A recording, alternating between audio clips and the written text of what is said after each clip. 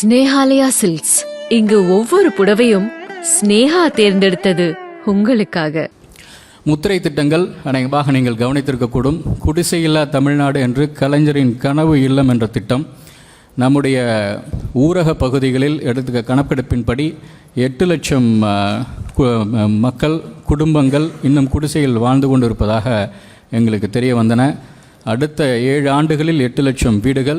இதில் மிக முக்கியமான அம்சம், ஏற்கனவே இருந்த திட்டங்கள் எல்லாம் ஒரு வீடு 2.25 லட்சம் அளவில்தான், யூனிட் காஸ்ட் என்ற அளவில்தான் கட்டப்பட்டு கொண்டிருக்கும். அது மிகவும் சிக்கலை உண்டாக்கி கொண்டிருந்தன பயனாளிகள் மத்தியில். அவர்கள் இன்னும் கடன் வாங்கி திட்டங்களை முடிக்க முடியாமல் இது 3.5 லட்சம் என்ற உயர் அளவை நிர்ணயித்து இந்த திட்டம் வந்திருக்கிறது.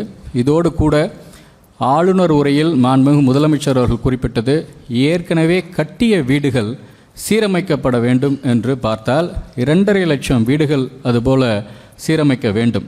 2001ஆம் ஆண்டிற்கு முன் கட்டப்பட்ட வீடுகள், 1985ஆம் ஆண்டிலிருந்து கட்டப்பட்ட ஓட்டு வீடுகள், சாய்தள கான்கிரீட் வீடுகள், மற்ற வீடுகள் அத்தனையும் இத்தனை வருடத்தில் பராமரிப்பின்றி இருந்தால் பராமரிக்க முடியாமல் வாழ்ந்து கொண்டிருக்கும் ஏழை குடும்பங்களுக்கு நாம் உதவி செய்ய வேண்டும் என்பதற்காக ஒரு வீட்டிற்கு 2 லட்சம் ரூபாய் வரை அந்த சீரமைப்பதற்காக அந்த திட்டம் அறிமுகப்படுத்தப்பட்டிருக்கிறது. அதை மாண்புமிகு முதலமைச்சர் அவர்கள் ஆளுநர் உரைக்கு நன்றி தெரிவிக்கும் தீர்மானத்தின் போது அவர் தெரிவித்தார். இதற்காக 2 ஆண்டுகளில் 2000 கோடி செலவிடப்படும். வறுமை ஒழிப்பு என்பது இருக்கக்கூடிய திட்டங்களை ஒருங்கிணைத்து தேவைப்படும் நபர்களுக்கு கொண்டு போய் சேர்க்கக்கூடிய திட்டம்.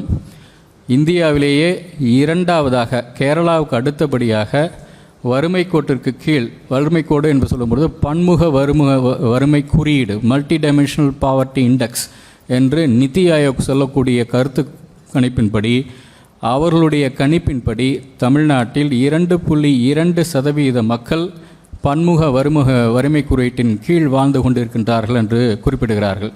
2,20,00,000 குடும்பங்கள் சராசரியாக இருக்கும் என்று எடுத்துக்கொண்டால் 5 லட்சம் குடும்பங்கள் அதுபோல் வறுமை கோட்டிற்கு கீழே இருப்பதற்கான வாய்ப்புகள் உண்டு. அவர்களையெல்லாம் கண்டறிந்து அவர்களுக்கு தேவையான அத்தனை வசதிகளையும் குடும்பத்தில் உள்ள அனைவருக்கும் கொடுப்பதற்காக அந்த திட்டம். அரசு பள்ளியில் 6ஆம் வகுப்பு முதல் 12ஆம் வகுப்பு வரை படித்த மாணவர்களுக்கு அவருடைய உயர்கல்வி தொடர்வதற்காக தமிழ் புதல்வன் என்ற திட்டத்தின் கீழ் மாதம் 1000 ரூபாய் வழங்கும் இந்த திட்டம் அறிவிக்கப்பட்டிருக்கிறது. தொல்குடி என்ற அந்த திட்டம் பழங்குடியினர் மேம்பாட்டிற்காக அடுத்த 4 ஆண்டுகளில் 1000 கோடி ரூபாய் மதிப்பீட்டில் அவர்களுடைய வாழிடங்கள் மேம்பாடு மற்றும் திறன் மேம்பாடு, வாழ்வாதார மேம்பாடு குறித்தான ஒரு மிகப்பெரிய திட்டம் அது அறிவிக்கப்பட்டிருக்கிறது. இது மிக முக்கியமான ஒரு திட்டம். ஸ்னேஹாலயா சில்க்ஸ்.